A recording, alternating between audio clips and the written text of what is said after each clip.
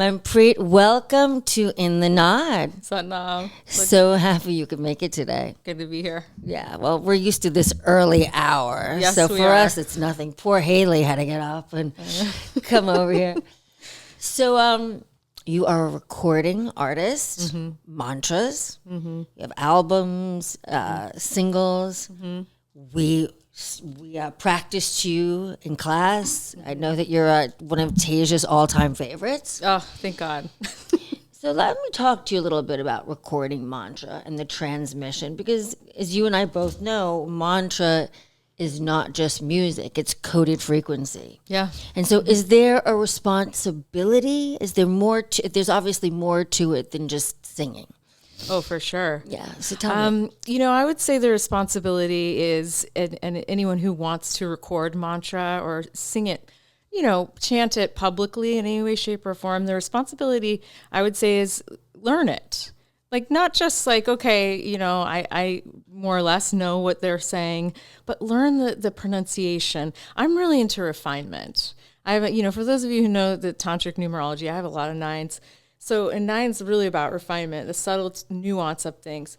And so, with mantra, I say really learn it, study it to some degree. Obviously some people are going to go deeper into it than others, but you only have something to gain the deeper you go into learning it. And it's also a practice of precision. Oh, and it's the more precise you become, the more rewarding the codes become.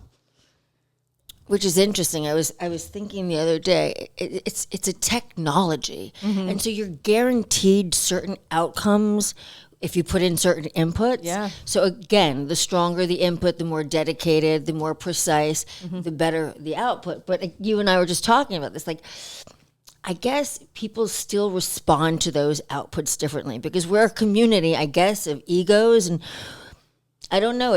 As much as it takes away the ego, I think it's where egos are attracted to it. Oh, well, yeah. I mean, anytime you get energy, it amplifies your kind of current state. So, and the way I like to put it is energy is energy. It doesn't discern.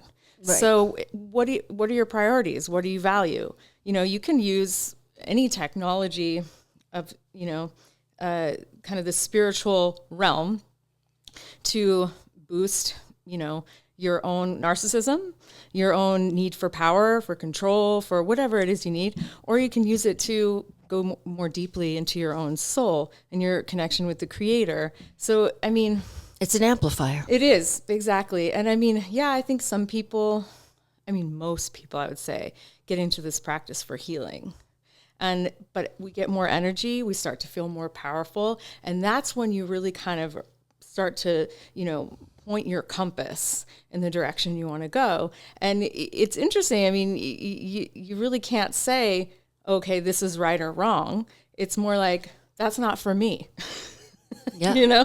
Is that for me or is it not for me? Does that resonate with the connection to my soul or does it not? And then it's just like, okay, next move. Well, let's talk a little bit about how mantra actually impacts the body. Like we know that it cuts through the subconscious thought systems. Yeah. We know that it relaxes the nervous system. But what else does it do to you? What would you tell listeners? Why do you think that mantra is so significant? Obviously, it's a big part of our practice. It's all over my house right now. So talk a little bit about what it's like to transmit that code into music, what people should be getting out of it. Let's start there. For me, it's kind of this, it always goes back to the relationship to the soul and the divine and the creator. And it's, the way I've always described it, people will say, oh, why don't you do a version of this? Why don't you do a version of that? And I go, okay, we'll see what happens. But I always feel like the mantras choose me.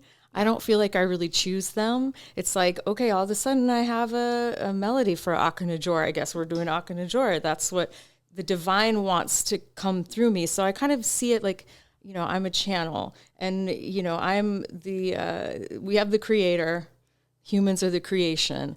We're kind of responsible for transmitting the creativity of the creator it's onto your mission. the planet. The transmission is your mission. So, I mean, other than that, there's also that universal sound current, the Naad, right? So when we chant mantra, we're connecting to the creator. We're creating a frequency that helps us to merge with that consciousness.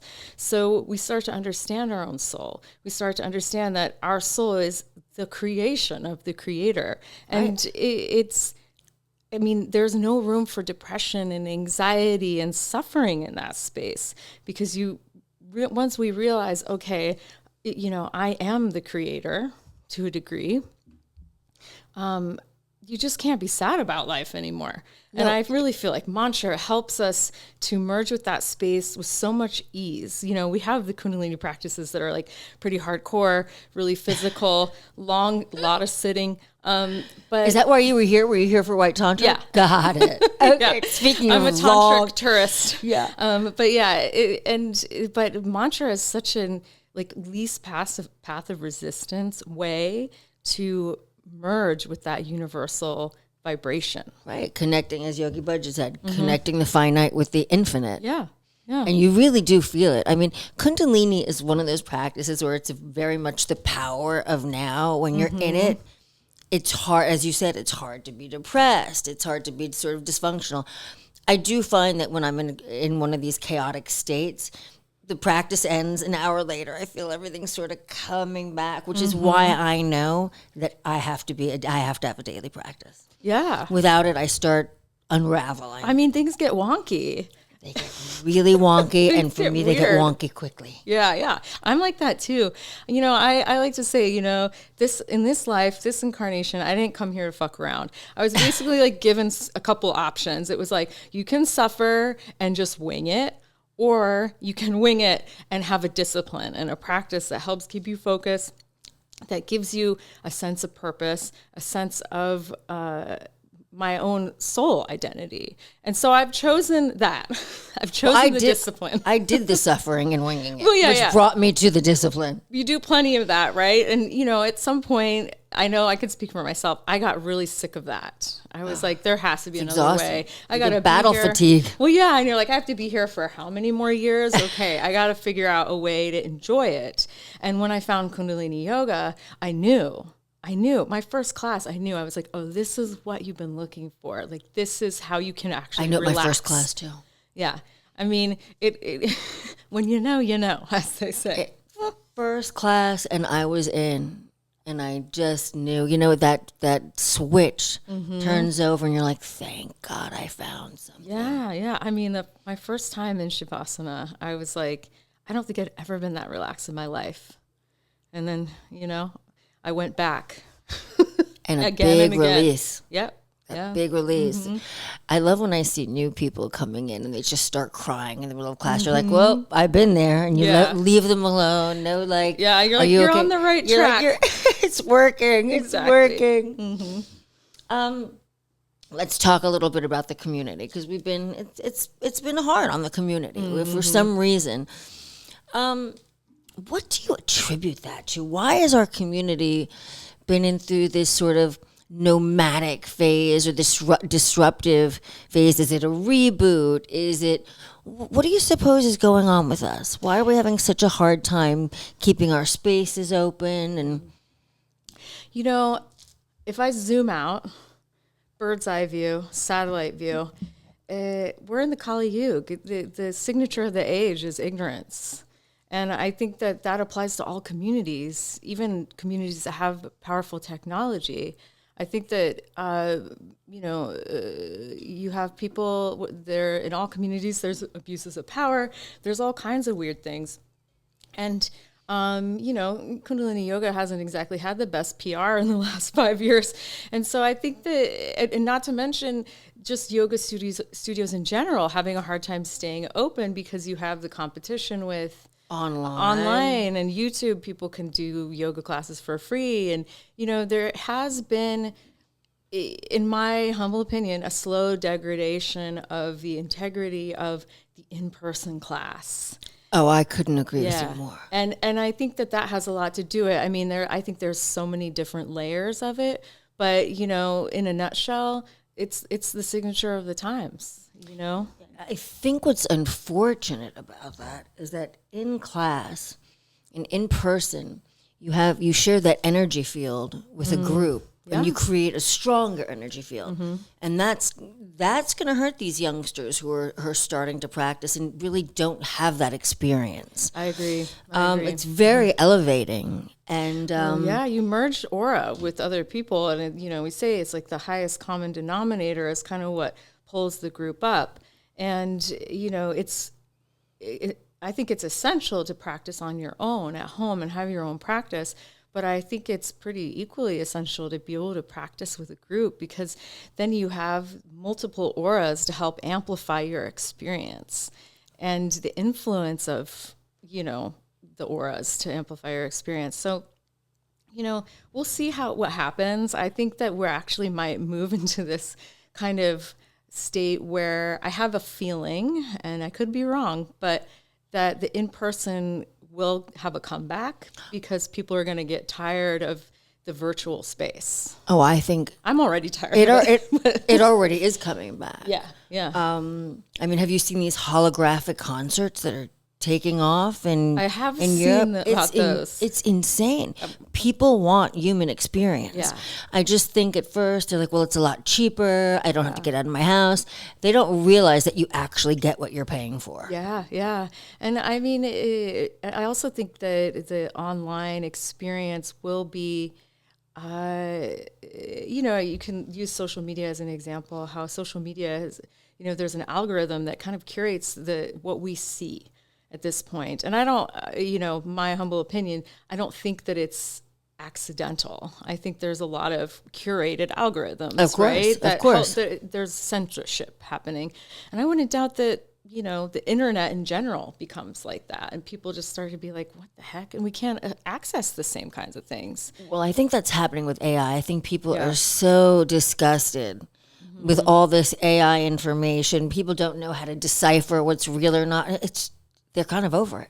Yeah, we want a real authenticity is going to be the most significant and the greatest luxury. Mm-hmm. I mean, that's going to be where people find the deepest relief, is through finding people who are authentically living, their life's purpose and sharing it. It's like, okay, we have the expression, be the lighthouse. Like the lighthouses will be the people who are like, this is just me. This is my experience of life. I'm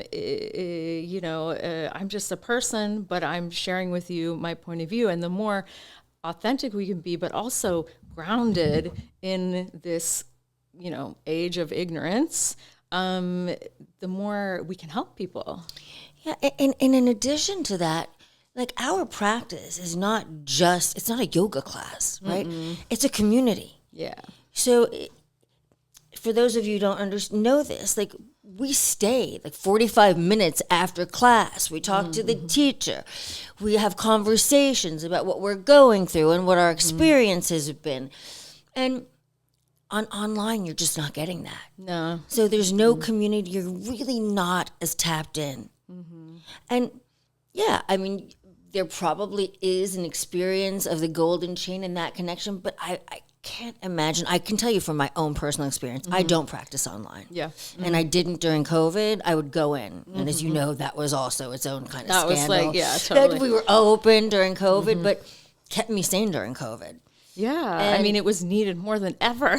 During COVID. And we were sharing experiences and fears and relieving panic to some degree, because there was, especially in this part of town, there was so much panic. And it just felt like being home. There's something about being home. There's something comforting about being with people who are going through same experiences and managing it similarly.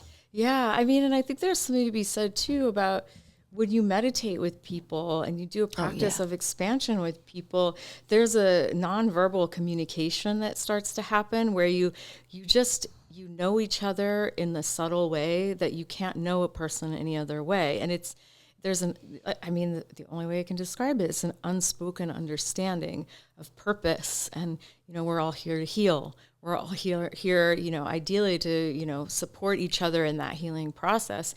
And there's something really exceptional about that. And yeah, I mean, I can't say that it's not possible online, but I'd say that it gets diluted or dispersed online. Oh, for sure. I think that, the online practice is relevant. I mean, I host 40-day meditations online, and I do feel like in our 40-day group community, we do really feel a sense of community, but I've pretty much exercised like every avenue I can to create that. We have a group chat, there's like a live chat, and I encourage people to ask for prayers and share, and and I do feel that sense of like it is a lifeline for a lot of people, and people, they lean on it a lot. But would there be more depth if it was in person? Absolutely. Well, it's interesting because the teaching experience is different, and which is why I love it. Yeah. I've only recently started doing it. I subbed a bunch at Rama, but it's only more recent that I've started doing it, and it is such a powerful thing when you're. Oh my God! When you're up there, first of all, it deepens your practice. And there's a sense of commitment, and there's a sense of obligation, and there's a sense of making sure, first of all, you have to, the precision is key. Yeah. Because when you teach this practice, if you go off, there is somebody that is going to call you out. We know our practice. We know our kriyas. The practitioners here are experienced. They sure are. Most of them are teachers too. So We all they know are. the kriyas. Yeah. They know the kriyas. They know the time. They call you out. Do you think part of what's happening is that there's a shift and we're now leaving, or we're no longer in the age of the guru?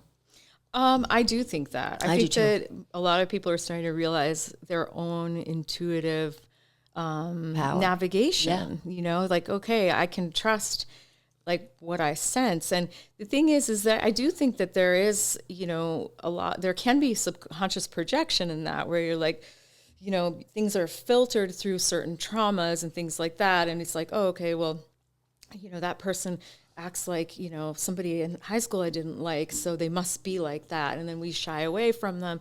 But that's why we do the sadhana, because we have the ability to discern between what's illusion and what's not. Not Breaking everyone's, through the Maya. You can't get it right all the time, every time. No, this is our human incarnation. Like, we're not getting it right a majority. I mean, we wouldn't be here if we didn't have something to learn and figure out, right? But yeah, I think that the people are starting to realize the guru within. I still think, guides are necessary though, because, I look at, the help that I've received from my teacher when I was like going through it. Who is your teacher, brother? Tej. Tej, me too. And so there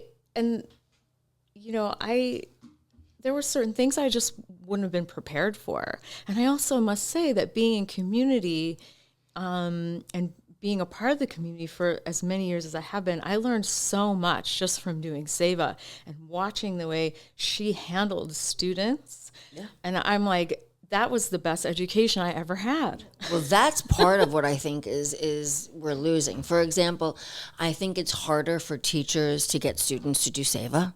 Yeah. I think that the newer generation doesn't have a commitment towards that, and they don't really understand the significance or the importance of it. And there are lots of programs that are run with seva. I mean, from Alcoholics Anonymous and so it's harder for these gurus to place as much time and energy on their practice because they are running the show by themselves now. Yeah. Yeah. I mean, and I think, unfortunately, the seva's been exploited in the past, and and then it gets a bad rap, and all it takes is one complaint, and then it's like, wait, what? You're doing that for free? But people don't really realize it's like not everything's about getting paid with money. It's like, I mean, you receive energy by serving the teacher, by helping your teacher to do what they do and to continue to do what they do. And ultimately, it's an act of love. It's an act of love, not just for teacher, but of self and community. Yeah, yeah. Like, I'm here because I want this to grow. I want it to continue. I want it to expand. And so what can I do to help that? And it is an interesting consciousness now, how people are very critical of it and very judgmental of these, the selfless service. But, that could also change too. We'll see. Yeah, it's a different mentality right now. I think that people don't understand how grateful we have to be to these people who broadcast the teachings, to these people who bring in community and what they're doing and what kind of sacrifices they make for us. I think people have no idea most of the time the sacrifice that goes into teaching and teaching at the capacity that some of our teachers have. I mean, look at our teacher. Her body was literally Yeah. breaking in front of us, and she Yeah. was still showing up. Yeah, and that's And up the until ultimate recently, she sacrifice. was teaching 7 days a week. Yeah, I know. I mean, I don't know that there's any other teacher on the planet that did that in the way that she did. I mean, Nor I say do that I. in confidence. Like, I don't think that exists. Her commitment to the teachings is like nothing I have ever seen. Yeah. And it's so important to her to find people to, and I do think this is a problem. I think it's very hard for her to find people that are as committed to the precision and dedicated to those teachings. Yeah. I mean, yeah, I think that's also indicative of the times. It's such an instant gratification time. And also, we don't have to use a lot of our brain power to access and do things in the same way. It's like, Chat GPT and just type it in. And I say this a lot, observing nuance actually requires a lot of energy. And I'd say that the time and space that we're in, most people just don't have the energy to observe nuance and pay attention to detail in a super refined and precise way. And, I also hope that changes, because there's so much energy and precision. I mean, talk about amplifying your own practice. Yeah, I mean, it's a practice of angles and triangles for a reason, right? They say that the triangle is the most perfect shape. And the reason is because it can contain the most energy without it collapsing in on itself. Yeah. Yeah. Right. And so you see all these sorts of triangles in our practice. Oh, yeah. And there's a reason for that. And I think a lot of these new students don't even understand that. I mean, look, Kundalini is a spiritual hack. But it can't be used as a spiritual bypass. No, right? I don't believe in spiritual bypassing. I actually Well, think... of course not. I think people use mantra as spiritual bypassing too. They can. I mean, I think this, for me, I'm like, I hear that term and I'm like, look, you can't bypass anything in the spiritual world. Like, you might be able to avoid it for a while, but eventually you're going to have to reckon with whatever the thing is you got to work out. And, it's good to be aware of, hey, I'm not ready to deal with this yet.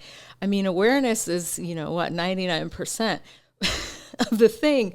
But I don't believe, when people tell me like, oh, it's not just spiritual bypassing, I was like, no, there's no such thing. Like, you're going to have to deal with it. And this you're going to have to eventually. Does not encourage that. I think it's such a misunderstanding. Like, yes, meditation is invaluable, but it doesn't mean you don't have to get up and move. Well, and I kind of see us as like, we're like these like yoga scientists in a way, because we're, we very much encourage a sadhana, and we very much encourage precision. We really encourage like learn the thing, like, and not just like, okay, I do this kind of casually, but no, like find something, do it for years.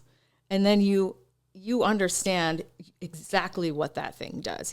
And then there's a potential for transmission, right? You can, when you teach about it, there's so much more energy in it. So I just am like, when I hear about spiritual bypassing, I'm like, yeah, it doesn't exist here, because especially if we're just not the love and light crowd. Not to say that we're not into that. We're but not the love and light we're crowd. like that, but saying that, like, what does that even mean?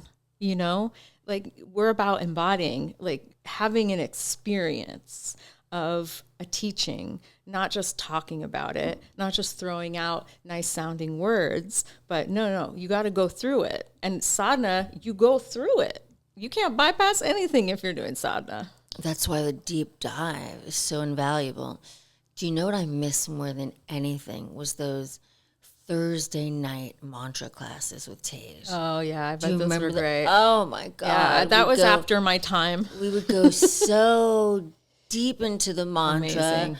analyze, go over the translations, and then do 31-minute meditations. And it was just heaven. And it was at night.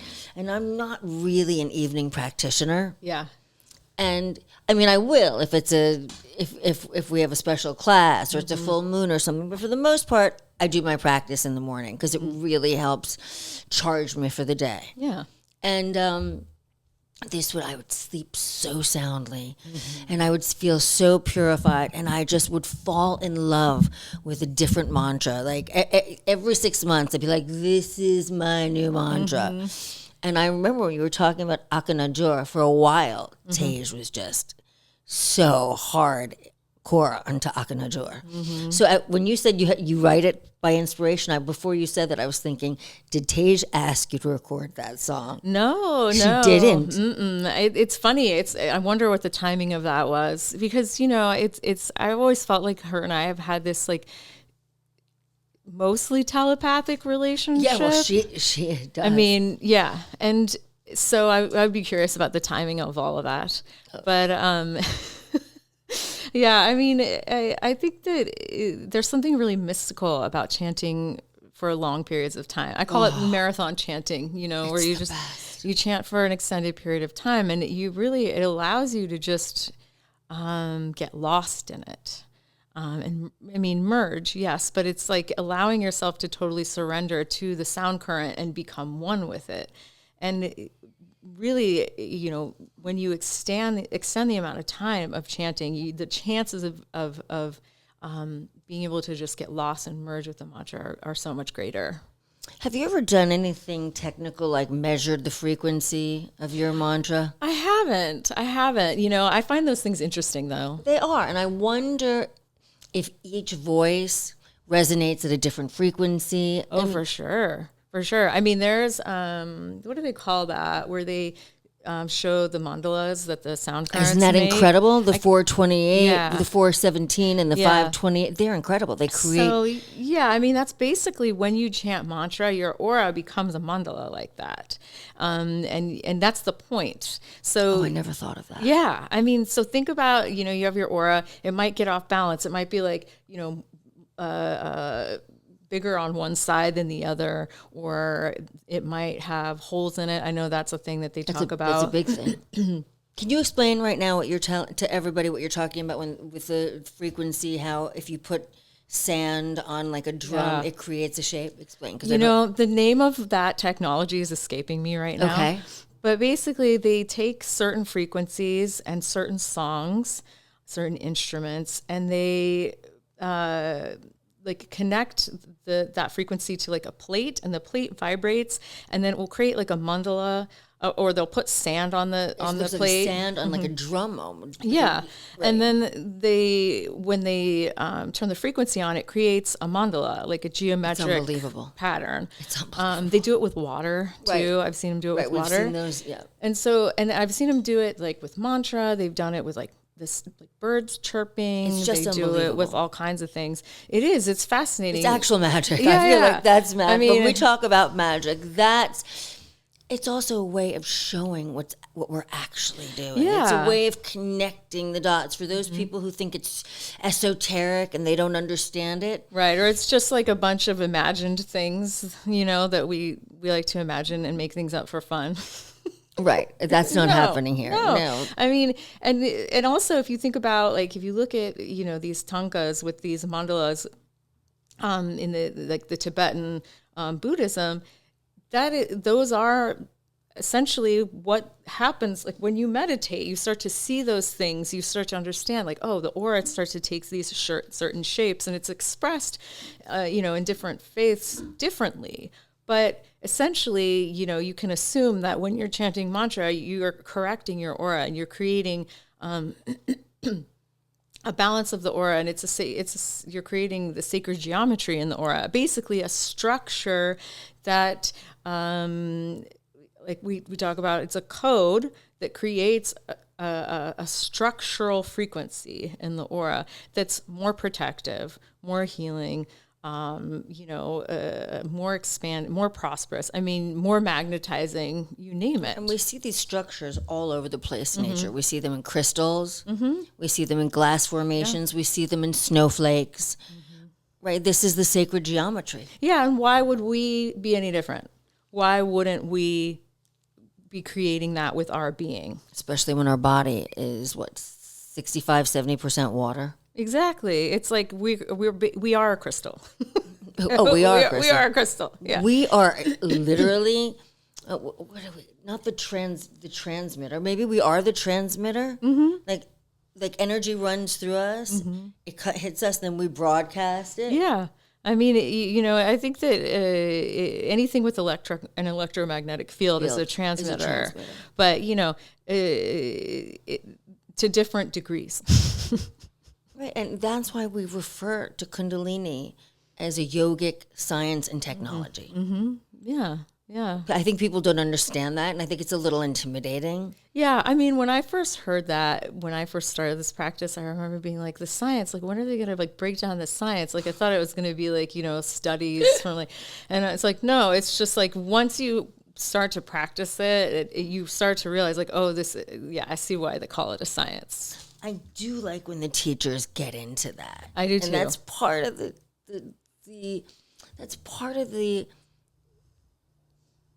it's part of what we're losing in this new age. Like, we're really not discussing the technology. We just get into the class and we sort of go along. But I really like those nerdy academic Kundalini classes. I really love those. I like that too. It's nice to know. It's nice to know that, I mean, and the thing is that the Kundalini yoga is being studied more and more.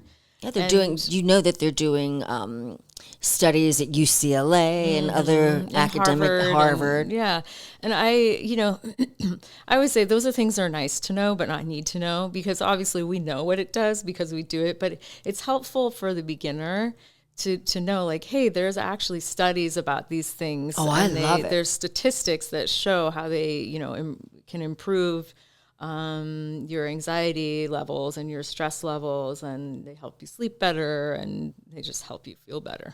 They've also found that frequency can help decimate certain tumors within the body and kill certain blood cells if it's too high of a frequency. Yeah. I mean, that's the time that we're in, and it's going to amplify this, the understanding of frequencies.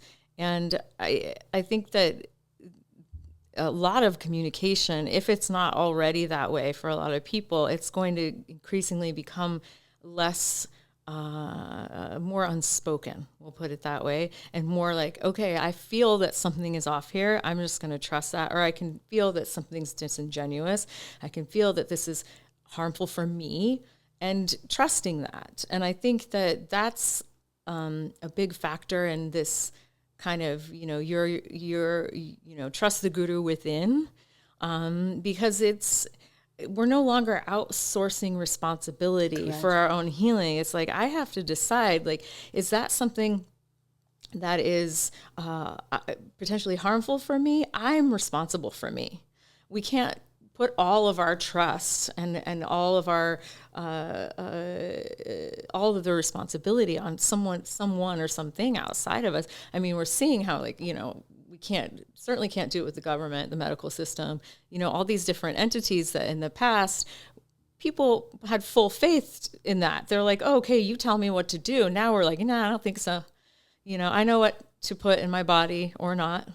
I know, Now we see them as pendulums, as the pendulums that they are. Yeah. The more energy we give them, the more they take. Yeah. And I mean, again, if the signature of the age is ignorance, which, that will change probably pretty quickly, we're starting to understand that, we have a vast vast pool of knowledge within us.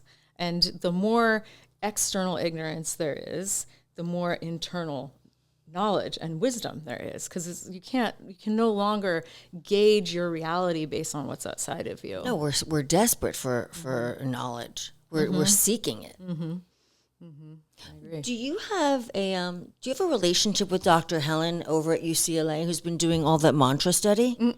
No. Do you know about her? I do. I know of her. Yes. You should really connect with her. I mean, she's fascinating. Yeah.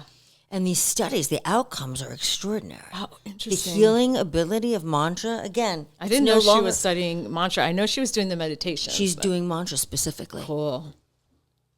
Right. It's about time. Right in your wheelhouse. Totally. I mean, it's such a great marketing thing. Like, we help you cure your ailments. Yeah, totally. I mean, I say, like, mantra is such an entry level. Obviously, you can go really, really deep into it, but it's really good for the beginner because, all you have to do is learn it. It can't be misused. No, all you got to do is learn it. Or play it. Yeah, or play it. Or, I mean, at the very basic. Yeah, that's like the absolute minimum. Just listen to it. Right, just listen to it. I have it in almost every room in this house right now. And you can't even hear it. Like, if you listen at night when I'm asleep and there's silence in the house, you can hear it. But I like to hear it upstairs. Yeah, I mean, it gets to a point too. I don't know if you notice this, where like in my home, I like listen for it and I can't hear it anymore because it's so like part of the environment at that point that I'm like, wait, where's the mantra? And I'm like, oh, there it is. Okay. Well, I had some outside for a while. And they kept breaking because of the rain, so I don't have them out there in the garden so much at this time of year. But what we noticed was all the wildlife that would come. It was incredible. They love it. Animals love mantra. They do love it. I have a story about that actually, because where I live in Oregon. So where I live, there's a lot of wildlife and there's a lot of deer specifically. So one day I'm sitting on my patio and Mama comes with 2 baby deer. They still had their spots. They were so little. They were so cute. And I was like, I wonder what happens if I just start chanting at them for them. And so I did. And she, just got really chill and really relaxed, and they were just eating. But I could feel there was something there. I was like, I think she kind of understands somehow. You can't really explain it. Anyway, the next day I go outside and the 2 baby deer are in the garden alone. I was like, oh, she left them for me to babysit. Cool. She trusted you. I was like, she felt the mantra. She felt the peace of it, right? And I was like, okay, they understand. The animals understand. Well, they feel it. They do. They do. I had Basankivar out there for a long time, and I just can't tell you how alive my backyard was. Oh my gosh. I would not be surprised, and I have not done a study on this, and obviously it's not something that the human eye could detect. And I'm sure people are going to color me crazy at this point, but I would not be surprised if the plant life and the fauna respond to it too. Oh, yeah, they do. I'm convinced of that. I have a lot of plants in my place, and I was like, I really feel like they're thriving. They like the mantra. They just like it. I mean, think about it. The plants have an aura too. They have a consciousness. Of course. So well, we can now, I don't know if you've seen this music that they make when they connect the leaves. Have you seen this? I have. It's unreal. It's so cool with the mushrooms. The mushrooms it's unbelievable. They've determined that plants feel pain. They communicate with each other. They send out signs they alert each other in danger or in disease. I mean, it's crazy. What are we going to eat now? Yeah, now that everything's responding. Great. That just narrowed my menu down. No, it didn't. It didn't. It didn't. They are the givers of life. They really are. I mean, it doesn't surprise me to hear that at all. I mean, we have a saying in our culture that is, if you don't see the God in all, you don't see God at all. And that's the thing, is everybody has karma. Everyone has to make sacrifices, everything. And, plants are also part of that. They have a purpose. Yeah, they are love and light. We don't like to use that expression, but they are love and light. But they are. They are the love and light. Yeah, yeah. They nourish us, yeah. There's no spiritual bypassing with plants. No, right. No. We've learned that one. Yeah. Okay, so what do you have planned? Do you have anything coming up? Any? Yeah, I mean, I'm always working on material. Currently working on a version of the fifth Podi, and which Oh, is great, yeah. basically the Podi you chant when you feel like you failed. So you chant it for your success, for feelings of success. And I've been really into that one lately. So we're working on that. But there's always plans for more. It's just these days it's like one at a time. No, yeah, I get it. And it probably works too in terms of the industry, right? People can Yeah. only absorb so much. Yeah, that's such an unfortunate part of this industry is like every angle at this point, whether it's social media or Spotify, it's about like staying relevant to some degree, at least so it seems, and putting out content. Oh, it's a hungry monster. It is a hungry It's monster. brutal. And I try not, I mean, I just go with my own biorhythm because that's the best I can offer. But so it's worked better to just, be releasing singles, multiple a year, hopefully. We'll see. And then, doing albums at this point. I think that's all people can digest at once. Like we Yeah. just don't, we're not able to consume that much. Yeah. We don't have that much of an attention span. Yeah. So it's probably better at this point in time. It seems to be. I mean, yeah, I think even the music industry operates a lot like social media at this point. It does seem like there's a huge appreciation, and it's getting bigger by the moment of mantra. I mean, you see albums winning Grammys, and it seems like there is a hunger and an appreciation worldwide. Yeah, I think so. I mean, it's kind of hard for me to say in my little, spot in the world, but I don't really have my pulse on it or my fingers on the pulse of the industry anymore, which I actually think is kind of good. I'm just over here doing my thing. Well, that's because you're just doing your thing. Yeah. Right. But I think that, people are seeking healing in different modalities more than ever. And sound is so approachable. If I can just listen to a healing sound to help me sleep at night or to help me deal with, stress at my job or stress in my family or illness or any, I mean, that's pretty phenomenal. I know, sound baths are like the hot commodity They really in are. the healing community at this point. And I think that will become more and more advanced too. Have you thought about doing live performances? Oh yeah. But I'm also the kind of person where I'm not a chaser, So I'm like, okay, if the opportunity comes, I would of course love to do that, but it's not on the top of my list of priorities at this point. It's just those concerts are fun. They are. Because you bring community together and people start to dance and move. They really, especially here out by the beach. Yeah. Yeah. I love it too. But, I'm open to that. I would love to do it. So we'll see. We'll see what comes out. I would love you to do it. And I'd love to be able to get as you know, our yoga studio just closed. So an opportunity to get us all together, vibing on some good mantras, dancing, moving. I love it. Yeah. Yeah. I really love it. Yeah. We'll see what comes up. It'll be great. You never know. So I want to thank you for coming in today because it was early and you've got a flight to catch. How do people connect with you? How do they hear your music? How do they stay in touch with what's going on next? Yeah, I have a website, Manpreet Kaur Music. We spell that. .com, ManpreetKaur music.com. And then the same on Instagram. Right. You're just under Manpreet on Apple Music. Yes. And then my music, you just, look up Manpreet. There's a lot of Manpreets though. So you might have to feel through a few things. Yeah, you're the blonde one. You're the blonde one with the white turban. Exactly. That would be me.